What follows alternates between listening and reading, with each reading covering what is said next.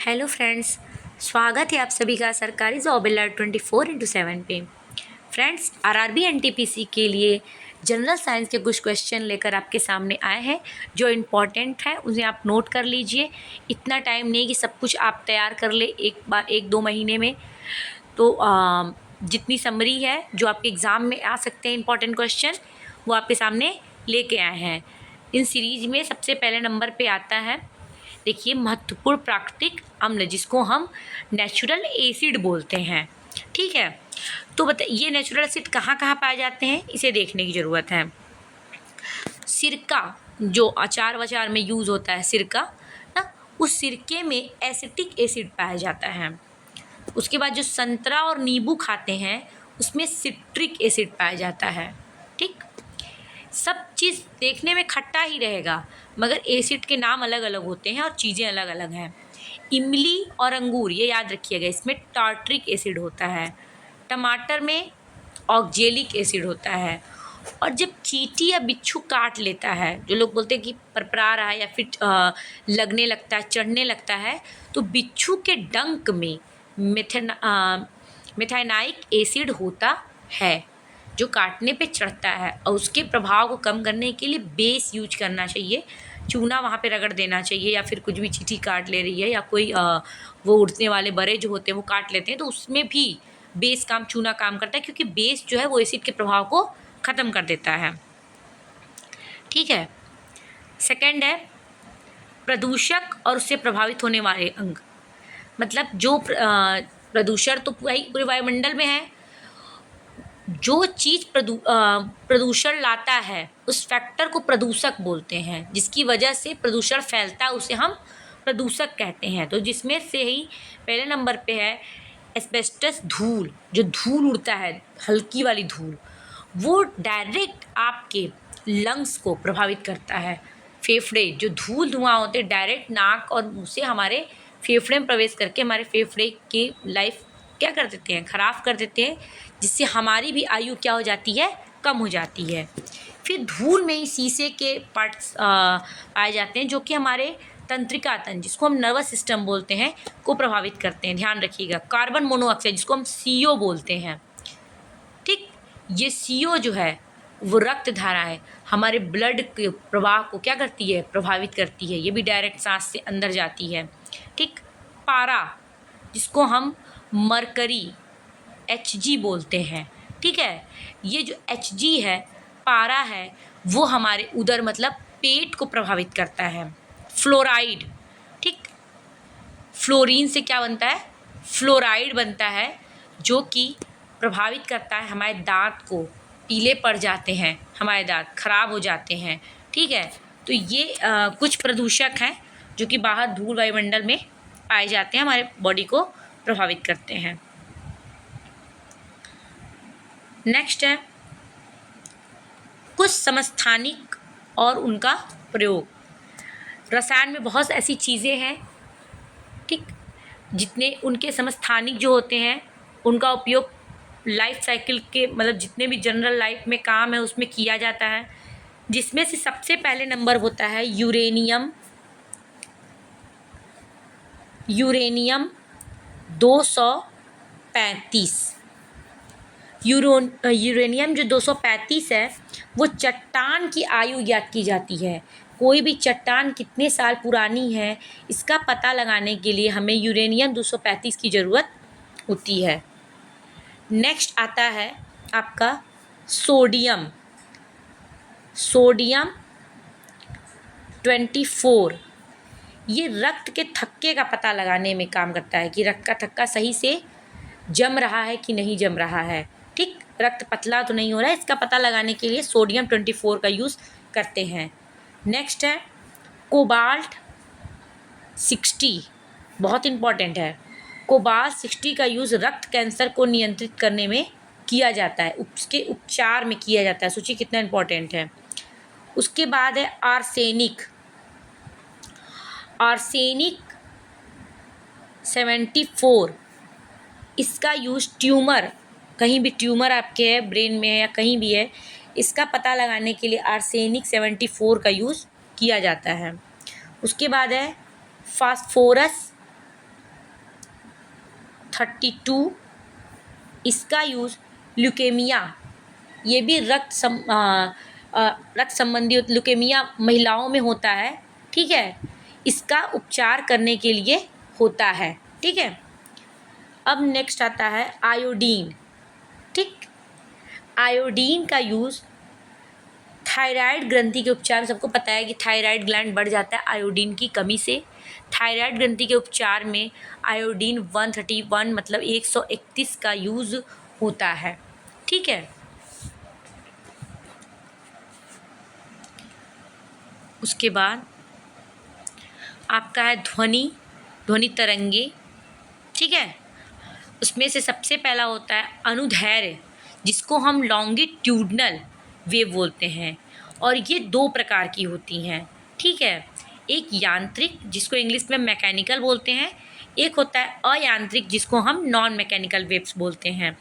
यांत्रिक तरंगे किसे कहते हैं? यह तरंगे वह होती हैं जिसके संचरण करने के लिए माध्यम की ज़रूरत होती है। इट मीन्स कि अगर किसी चीज़ में तरंग लाना है तो हमें किसी ठोस, द्रव या गैस की ज़रूरत होती है, उसे माध्यम बोलते हैं, ठीक। जैसे घंटी को बजाना है तो उसके लिए हमें किसी भी धातु की ज़रूरत होगी जिस पे बजाने से होता है, तो वो मतलब माध्यम हुआ, वो ठोस। पानी में कुछ तरंगना है तो पानी की ज़रूरत होगी दिखाने के, तो वो यांत्रिक माध्यम की ज़रूरत होती है, किसी न किसी चीज़ की ज़रूरत होती है, उसे हम यांत्रिक तरंगे कहते हैं। और ये भी 2 प्रकार की होती हैं, ठीक, अनुप्रस्थ और अनुदैर्घ्य ना, ट्रांसवेव एंड लॉन्गिट्यूडनल। ट्रांसवेव क्या है? अनुप्रस्थ, बहुत इंपॉर्टेंट है, पूछता है, ठीक है। तो अनुप्रस्थ तरंगे क्या हैं, ट्रांसवेव क्या होती हैं?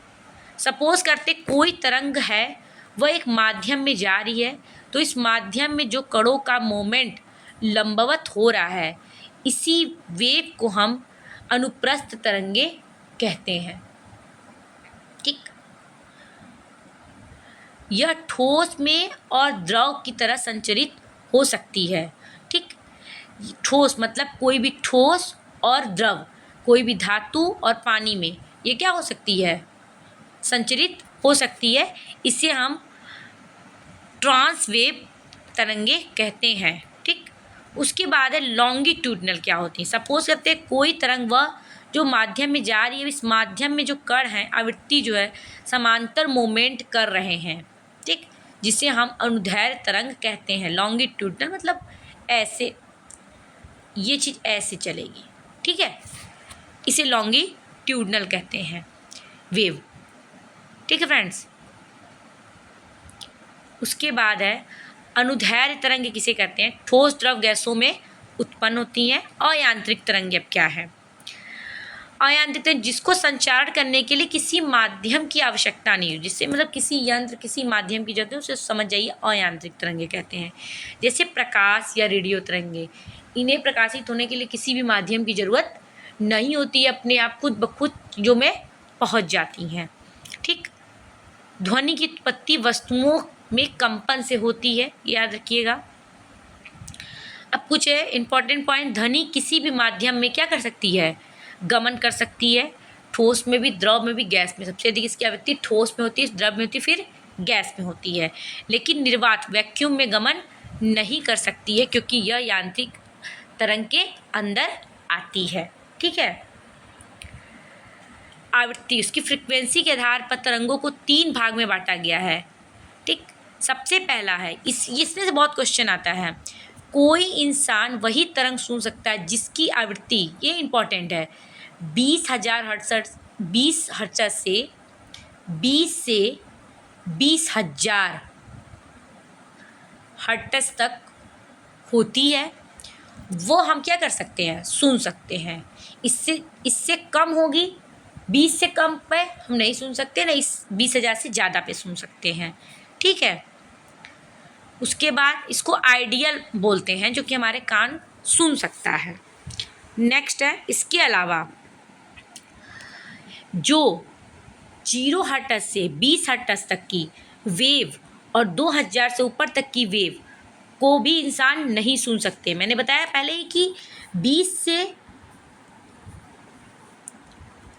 अगर 20 से कम है वो भी नहीं, और 20,000 से ज़्यादा है वो भी नहीं, ठीक है फ्रेंड्स। आप नहीं सुन सकते हैं। 0 से 20,000 तक की वेव को इंफ्रासोनिक वेव बोला जाता है, जिसे कोई ऐसा जानवर सुन सकता है या फिर इसे इंफ्रासोनिक वेव बोला जाता है। ठीक है, जैसे दबे पाँव चलने पर हमें पता नहीं चलता है, मगर डॉग को पता चल जाता है, चमगादड़ को पता चल जाता है। तो ये 0 से 20 हर्ट्ज तक क्या कर सकते हैं, सुन सकते हैं। 20 से 20,000 हर्ट्ज तक की आवृत्ति जिसे मनुष्य सुन सकता है उसे ऑडिबल वेव बोला जाता है। तो बोले ऑडिबल वेव कितना होता है, तो आप बताएंगे कि 20 से 20,000 तक को हम ऑडिबल वेव बोलते हैं, जिसे हम सुन सकते हैं।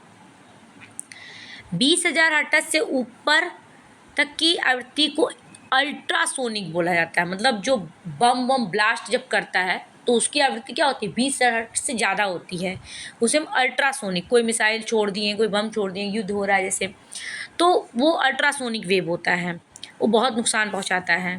ठीक, ध्वनि की चाल सबसे अधिक ठोस, उसके बाद द्रव, उसके बाद गैस में होती है। फिर इंपॉर्टेंट पॉइंट्स, अगर कोई वेव है, उस वेव को हम एक मीडियम से दूसरे मीडियम में भेजते हैं तो उसकी प्रॉपर्टीज़ में क्या क्या चेंज आएगा, इसे हम जानते हैं। मान लेते हैं एक माध्यम है और दूसरा माध्यम है, पहला वाला ठोस है, दूसरा वाला गैस है। तो एक माध्यम से दूसरे माध्यम में वेव जा रही है, इसकी आवृत्ति में कोई परिवर्तन नहीं होगा, मतलब आवृत्ति no change, frequency no change. इसकी तरंग दैर्घ्य जो है वो क्या हो जाएगी, बदल जाती है। ध्वनि की चाल पर भौतिक राशियों का, मतलब दाब ताप का क्या प्रभाव पड़ता है, ये देखिए। दाब, समान ताप पर गैसों में ध्वनि की चाल पर दाब को बढ़ाने पर ध्वनि की चाल में कोई परिवर्तन नहीं होता है। ताप, माध्यम का ताप बढ़ने से ध्वनि की चाल भी क्या हो जाएगी, बढ़ेगी। तो ये याद आपको रखना कि ताप बढ़ने पे ध्वनि की चाल बढ़ेगी। ठीक, और समान ताप पर गैसों में ध्वनि की चाल पर दाब बढ़ने पर ध्वनि की चाल में कोई भी परिवर्तन नहीं होगा। ध्वनि के लक्षण, इसकी तीव्रता, ध्वनि तीव्र सुनाई देना, ध्वनि की तीव्रता मात्रक क्या होता है, डेसिबल होता है। तारत्व, जिसको पिच बोलते हैं, ध्वनि का मोटा या तीक्ष्ण होना। कुछ लोग मतलब ये जो मच्छर बनाते हैं हमारे कान में, और या फिर जब शेर दहाड़ता है तो उसकी पिच क्या होती है, बहुत ज़्यादा होती है। मतलब कुछ लोग के बोलने की भी पिच ज़्यादा होती है, कुछ लोग की कम होती है। ठीक, तो उसे हम तारत्व बोलते हैं। तारत्व ध्वनि की आवृत्ति पर निर्भर करता है, आवृत्ति ज़्यादा मतलब ध्वनि का तारत्व ज़्यादा होगा। ठीक, डॉपलर प्रभाव इसी में आता है। श्रोता और स्रोत के बीच अपेक्षित गति है तो आवृत्ति बदलती प्रतीत होती है। ठीक है, सोनार अक्सर एग्जामों में आता है। सोनार क्या है, सोनार एक तकनीक है जिसमें नौचालन जल के अंदर या सतह पर वस्तुओं का पता लगाने के लिए ध्वनि संचरण का क्या करता है, उसी में सोनार में ध्वनि संचरण का उपयोग करता है, कोई वस्तु यहाँ पे है कि नहीं है। अब चलिए फ्रेंड्स, कुछ है रासायनिक यौगिक और उनके सामान्य नाम। ठीक, कॉपर सल्फेट को हम ब्लू विट्रियोल बोलते हैं, मैग्नीशियम सल्फेट को एप्सम सॉल्ट बोलते हैं, सोडियम कार्बोनेट को धावन सोडा, कैल्शियम सल्फेट हेमिड्राइडेट को plaster of Paris, calcium sulphate dihydrate को जिप्सम बोलते हैं। देखिए ये इंपॉर्टेंट है, ये आपका जिप्सम, धावन soda, calcium carbonate, calcium sulphate dihydrate, ये याद कर लीजिएगा। कॉपर सल्फेट, ब्लू विट्रियोल, ठीक है, ये याद कर लीजिएगा। पादप हार्मोन और उनके कार्य, ये इंपॉर्टेंट है। फल को पकाने के लिए एथिलीन का यूज़ किया जाता है। तना में वृद्धि के लिए ऑक्सीन, तना के छोर पे डाल दे, जैसे तनाव में क्या होने लगती है, वृद्धि होने लगती है। अगर कोई भी पौधा बहुत दिन का है, फूल नहीं बन रहा है, तो उस पर जिब्रेलिन का छिड़काव किया जाता है। ठीक, रसायन है, मिलता है, जिब्रेलिन का छिड़काव करते हैं तो फूल लेने लगता है, फल बनने लगता है। साइटोकाइनिन, जीर्णता, अगर पत्तियां झड़ रही हैं तो उसको रोकने के लिए साइटोकाइनिन का यूज़ होता है। ठीक, उसके बाद एप्सिक अम्ल बीजों को सुसुप्त अवस्था में रखता है, मतलब बीज ना रहे चुपचाप, वो मतलब ऐसे पड़े रहें, ज़्यादा जल्दी आगे रहने के, सुषुप्तावस्था में उनको निष्क्रिय करने के लिए एब्सिक एसिड का यूज़ होता है। अब है कुछ दैनिक प्रयोग में आने वाली दवाइयों के प्रकार। एंटासिड, पेट में अतिरिक्त एसिड को कम, जैसे मैग्नीशियम हाइड्रोक्साइड इनो, इसमें मैग्नीशियम हाइड्रोक्साइड मिला होता है जो पेट में अगर गैस बना लेता है उसको सही करने के लिए यूज़ होता है। ट्रैंक्विलाइज़र, तनाव और मानसिक बीमारी के इलाज में। एनाल्जेसिक दवा, दर्द राहत पाने में, एस्पिरिन आदि। ठीक है, उसके बाद होता है नार्कोटिक एनाल्जेसिक दवा। नार्कोटिक एनाल्जेसिक दवा क्या होता है? दर्द निवारक जो लत का कारण बन सकते हैं, मॉर्फिन और डेरिवेटिव। अब ऐसे किसी को दिया भी नहीं तक डॉक्टर के पास आप जाओगे, अगर नींद की दवा जैसे कुछ लोग नार्कोटिक टाइप की है ना, एनाल्जेसिक टाइप की हैं जो, तो वो नहीं जल्दी देते हैं। ठीक, एंटीसेप्टिक, बैक्टीरिया को मारते हैं, जिसमें कि सिप्रोमाइसिन, डिटॉल, टिंचर, आयोडीन ये हम यूज़ करते हैं अगर हमें घाव चोट के लेते हैं, उसको एंटीसेप्टिक दवा बोलते हैं। एंटीबायोटिक सूक्ष्म जीवों द्वारा उत्पादित रासायनिक पदार्थ को मारते हैं और उनके विकास को रोकते हैं, जिसमें पेनिसिलिन है, सल्फा ड्रग्स है, स्पेक्ट्रोमाइसिन है। ठीक है, तो ये एंटीबायोटिक कुछ दवाएं होती हैं, उसमें देखिए ये मिला होता है। अब धातु, रक्त में पाई जाने वाली धातु कौन सी होती है? आयरन, जिसको हम लोहा बोलते हैं। सबसे हल्की धातु लिथियम, सबसे हल्का तत्व हाइड्रोजन।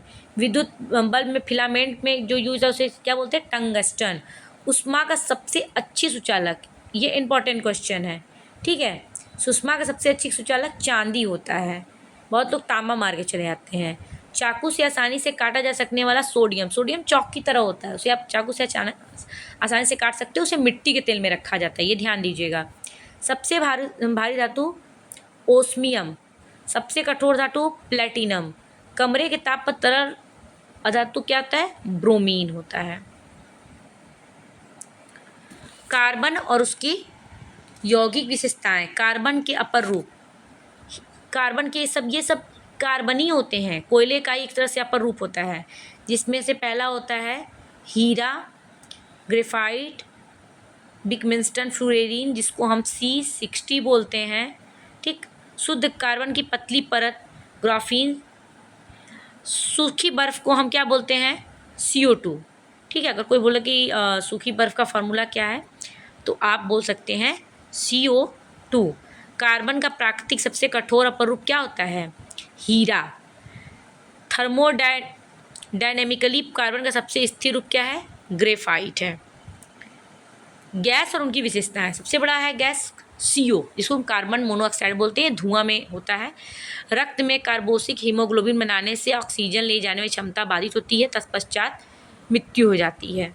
ठीक, नाइट्रस ऑक्साइड N2O, ये बहुत पहले बहुत कुछ एग्जामों में आता था कि हंसताने वाली गैस में कौन से रसायन मिलते हैं, तो याद रखिएगा N2O होता है, नाइट्रस ऑक्साइड्स को बोलते हैं।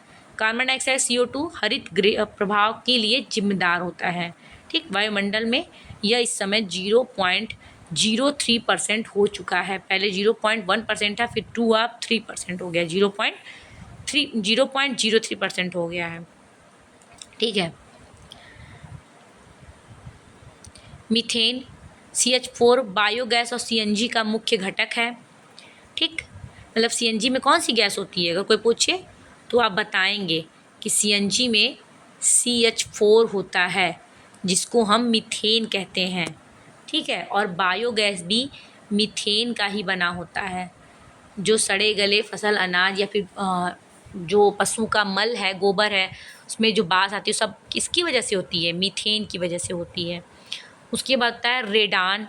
रेडान एक उत्कृष्ट गैस है जो वायुमंडल में नहीं पाई जाती है। क्लोरीन गैस, तालाब के पानी को शुद्ध क्लोरीन की गोली डाल दी जाती है। पानी की टंकी या किसी तालाब के पानी को शुद्ध करना है तो क्लोरीन की गोली आती है, जिसे लोग डाल देते हैं। ठीक है, ब्यूटेन LPG गैस में कौन सी गैस होती है? ब्यूटेन। ठीक है, सो फ्रेंड्स आज के लिए इतना ही। साइंस के कुछ इम्पॉर्टेंट फैक्ट्स थे जो आपके रिवीजन हो चुके हैं। आप इसे कहीं नोट डाउन कर लीजिएगा, बहुत इम्पॉर्टेंट है। तो ऐसे वीडियो के लिए प्लीज़ सब्सक्राइब कीजिए और इतनी मेहनत के लिए आप लाइक कर दीजिए। Keep watching. Thank you.